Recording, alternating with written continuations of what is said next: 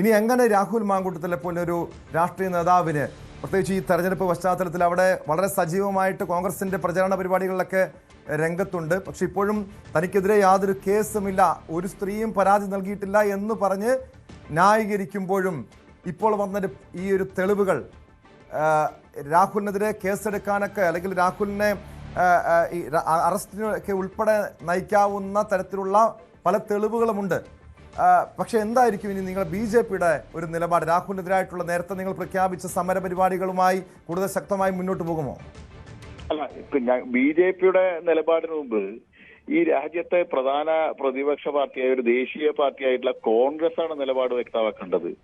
കോൺഗ്രസ് ഇത്തരത്തിലുള്ള ഒരു വ്യക്തിയും പേറി നടക്കുന്ന കോൺഗ്രസിന്റെ ഗതികേട്, ഒരു തെരഞ്ഞെടുപ്പ് നേരിടാൻ ഇത്രയും ഗുരുതരമായിട്ടുള്ള ആരോപണങ്ങൾക്ക് വിധേയനായിട്ടുള്ള ഒരാൾ വേണോ കോൺഗ്രസിന്? കോൺഗ്രസിന്റെ രാഹുലിനെ ന്യായീകരിച്ചു വരുന്ന കോൺഗ്രസിന്റെ നേതാക്കന്മാരുടെ തൊലിക്കട്ടി അപാരം തന്നെ. അവരുടെ തൊലിക്കട്ടി ഇത്രയും വലിയ തൊലിക്കട്ടിയാണെന്ന് കേരളത്തിലെ ജനങ്ങൾ കാണുക. രാഹുലിനെതിരായിട്ട് നേരത്തെ വന്ന തെളിവുകൾ തന്നെ ധാരാളമാണല്ലോ. ആ തെളിവുകളിലെ സംബന്ധിച്ച് കോൺഗ്രസിന്റെ നേതാക്കന്മാർക്ക് ഉറപ്പുള്ളത് കൊണ്ടാണല്ലോ രാഹുലിനെ അന്ന് പാർട്ടിയുടെ പ്രാഥമിക അംഗത്തു നിന്നും മാറ്റി നിർത്തിയത്. രാഹുലിനെ കോൺഗ്രസിന്റെ ഒരു പരിപാടികളിലും പങ്കെടുപ്പിക്കില്ല എന്നുള്ളത് തീരുമാനിച്ചത്. പാർട്ടി മാറ്റി നിർത്തിയ ഒരാളെ പാർട്ടിയുടെ ഔദ്യോഗിക സ്ഥാനാർത്ഥികൾക്ക് വേണ്ടി തെരഞ്ഞെടുപ്പ് പ്രചരണ രംഗത്തിറക്കുന്നത് എന്തുകൊണ്ടാണെന്ന് കോൺഗ്രസ് വ്യക്തമാക്കട്ടെ. ഭാരതീയ ജനതാ പാർട്ടിയുടെ നിലപാട് ഞങ്ങൾ കൃത്യമായിട്ട് നേരത്തെ സൂചിപ്പിച്ചിട്ടുണ്ടല്ലോ. പാർട്ടിയുടെ ബഹുമാന്യായിട്ടുള്ള സംസ്ഥാന അധ്യക്ഷൻ, സംസ്ഥാന നേതൃത്വം രാഹുൽ മാങ്കൂട്ടത്തിന്റെ എതിരായിട്ടുള്ള പ്രതിഷേധങ്ങളുമായിട്ട് ഭാരതീയ ജനതാ പാർട്ടി മുന്നോട്ട് പോകും. പ്രതിഷേധം എന്ന് പറയുന്ന സമയത്ത് ശാരീരികമായിട്ട് രാഹുൽ മാങ്കൂട്ടത്തിനെ ആക്രമിക്കലോ അല്ലെങ്കിൽ അത്തരം കാര്യങ്ങളല്ല, മറിച്ച് രാഹുലിനെതിരായിട്ട് ഞങ്ങള് പ്രതിഷേധത്തിന്റെ ഭാഗമായിട്ടുള്ള പ്രചരണ പരിപാടികൾ നടത്തുന്നുണ്ട്. രാഹുൽ മാങ്കൂട്ടത്തിൽ പങ്കെടുത്ത സംസ്ഥാന സ്കൂൾ ശാസ്ത്രമേളയിൽ നിന്നും BJP-യുടെ ജനപ്രതിനിധി ഇറങ്ങിപ്പോയി.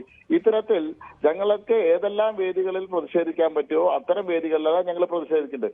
കോൺഗ്രസ് ആണ് ഈ കാര്യത്തിൽ കൃത്യമായിട്ട് നിലപാട് വ്യക്തമാക്കേണ്ടത്. പാർട്ടിയുടെ എല്ലാ സ്ഥാനങ്ങളിൽ നിന്ന് ഒഴിവാക്കിയാൽ, പ്രാഥമിക അംഗത്തിൽ നിന്ന് സസ്പെൻഡ് ചെയ്യപ്പെട്ടാൽ DCC ഓഫീസിൽ പോകുന്നു, DCC ഓഫീസിലെ യോഗത്തിൽ പ്രസംഗിക്കുന്നു, UDF-ന്റെ ഘടകകക്ഷിയായ മുസ്ലിം ലീഗിന്റെ പൊതുയോഗത്തിൽ പ്രസംഗിക്കുന്നു.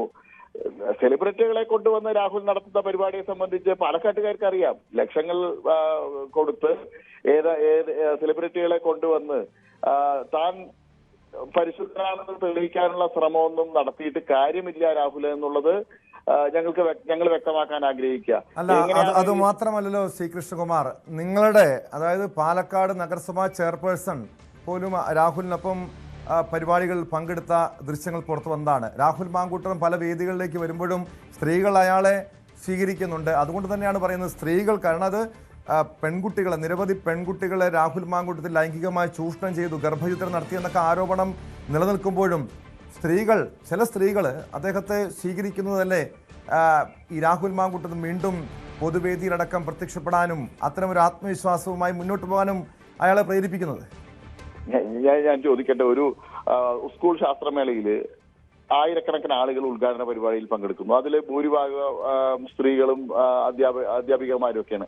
ആ വേദിയിൽ രാഹുൽ പോയി ഇരുന്നിട്ട് അവിടെ വന്ന ആളുകൾ മുഴുവൻ, സ്ത്രീകൾ മുഴുവൻ രാഹുൽ ചെയ്ത കാര്യങ്ങൾ അംഗീകരിക്കുന്ന ആളുകളാണെന്ന് പറഞ്ഞാൽ അത് നമുക്ക് അംഗീകരിക്കാൻ കഴിയുമോ? ഒരു പൊതുപരിപാടിയിൽ ഒരു ജനപ്രതിനിധി എന്നുള്ള നിലയിൽ കയറി പോകുന്ന സമയത്ത് പലരും ഉണ്ടാവും. അതിൽ സ്ത്രീകളുണ്ടാവും, മറ്റു രാഷ്ട്രീയ പാർട്ടികളിൽപ്പെട്ട ആളുകളുണ്ടാവും. ഭാരതീയ ജനതാ പാർട്ടിയുടെ ജില്ലാ അധ്യക്ഷൻ അടുത്ത ദിവസം തന്നെ പത്രസമ്മേളനത്തിൽ വ്യക്തമാക്കിയല്ലോ ഭാരതീയ ജനതാ പാർട്ടിയുടെ നിലപാട് എന്താണെന്നും എന്തുകൊണ്ടാണ് നഗരസഭാ ചെയർപേഴ്സൺ ആ വേദിയിൽ എത്താൻ കാരണം ഉള്ളതിനെ സംബന്ധിച്ചെല്ലാം കൃത്യമായി പറഞ്ഞു. നഗരസഭാ ചെയർപേഴ്സൺ അവരുടെ നിലപാടെന്ന് വ്യക്തമാക്കിയതാണ്. ഒരു നഗരസഭാ കൗൺസിലർ ഒരു പരിപാടിക്ക് വിളിക്കുന്നു, യാദൃശ്ചികമായിട്ട് അവിടെ MLA വരുന്നു, ഒരു ജനപ്രതിനിധി എന്നുള്ള നിലയിൽ അവരോട് സംസാരിച്ചു. അത്തരം കാര്യങ്ങളെ സംബന്ധിച്ച് അവരും ക്ലാരിഫിക്കേഷൻ തന്നതാണ്. BJP-യുടെ ഔദ്യോഗിക നിലപാടിൽ യാതൊരുവിധ മാറ്റവും ഇല്ല. രാഹുലിനെ പാലക്കാട്ടിലെ സ്ത്രീ സമൂഹം അംഗീകരിച്ചു എന്നെല്ലാം പറയുന്നത് അത് കോൺഗ്രസിലെ ഒരു വിഭാഗം സൈബർ പോരാളികൾ നടത്തുന്ന ദുഷ്പ്രചരണം മാത്രമാണ്. അല്ലാതെ പാലക്കാട്ടത്തെ സ്ത്രീകള് ഇത്തരം ചെയ്തികള് അംഗീകരിച്ചു കൊടുക്കും. ഇത് ശ്രീ കൃഷ്ണകുമാർ, ഇവിടെ രാഹുൽ മാങ്കൂട്ടത്തില് അല്ലെങ്കിൽ അയാളുമായി അടുപ്പമുള്ളവർ പറയുന്നത്, അവർ ന്യായീകരിക്കുന്നത് ഒരു സ്ത്രീകൾ പോലും, ഒരു പെൺകുട്ടി പോലും രാഹുലിനെതിരെ പരാതി നൽകിയിട്ടില്ല. താങ്കൾക്ക് എന്താണ് തോന്നുന്നത്? ഏതെങ്കിലും രീതിയിലുള്ളൊരു, കാരണം ഇത്തരം തെളിവുകളുണ്ട്. വളരെ പൊട്ടിക്കരഞ്ഞുകൊണ്ടാണ് പെൺകുട്ടി രാഹുലിനോട് സംസാരിക്കുന്നത്, തന്നെ കൊല്ലാക്കൽ ചെയ്യരുതെന്ന് പറയുന്നത്. താങ്കൾക്ക് എന്താണ്, എന്തുകൊണ്ടായിരിക്കും ആ പെൺകുട്ടി പരാതി നൽകാത്തത്? രാഹുലിന്റെ ഭാഗത്ത് നിന്ന് ഭീഷണിയോ മറ്റോ സമ്മർദ്ദമോ ഉണ്ടായിരിക്കുമോ? 100%. ഈ നമ്മള് ഇപ്പൊ വന്ന ശബ്ദരേഖയിൽ നിന്നെല്ലാം വ്യക്തമല്ലേ, ഒരു സാധാരണക്കാരിയായിട്ടുള്ള ഒരു പെൺകുട്ടി, ആരുടെയും പരിരക്ഷ ലഭിക്കാൻ സാധ്യതയില്ലാത്ത ഒരു പെൺകുട്ടി, കേരളത്തിലെ അറിയപ്പെടുന്ന കോൺഗ്രസിന്റെ ഒരു നേതാവ്, ഒരു നിയമസഭാ സാമാജികൻ ഭീഷണിപ്പെടുത്തുന്ന സമയത്ത് ആ കുട്ടി തളർന്നു പോവും. അവര് പരാതി കൊടുക്കാൻ തയ്യാറല്ല. കൊല്ലുമെന്ന് പോലും ഭീഷണിപ്പെടുത്തുന്നുണ്ടല്ലോ.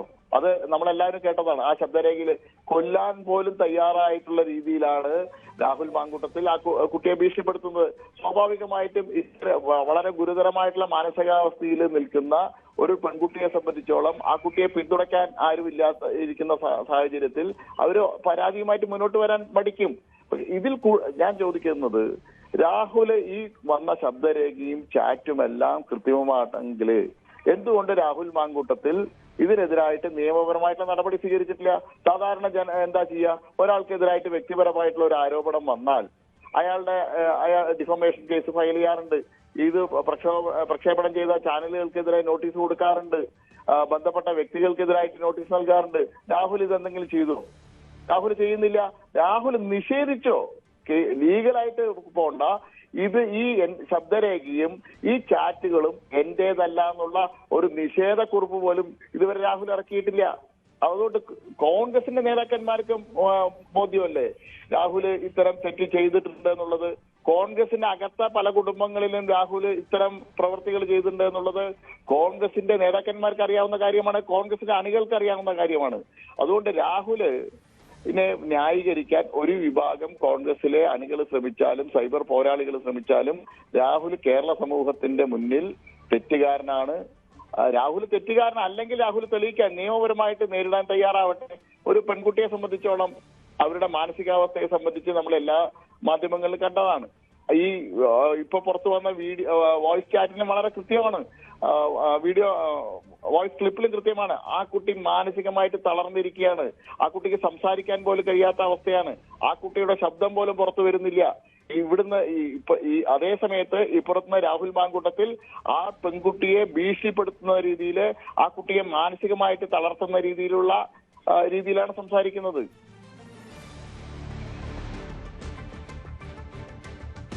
യെസ്, വ്യക്തമാണ്. വളരെയധികം നന്ദി ശ്രീ സി കൃഷ്ണകുമാർ.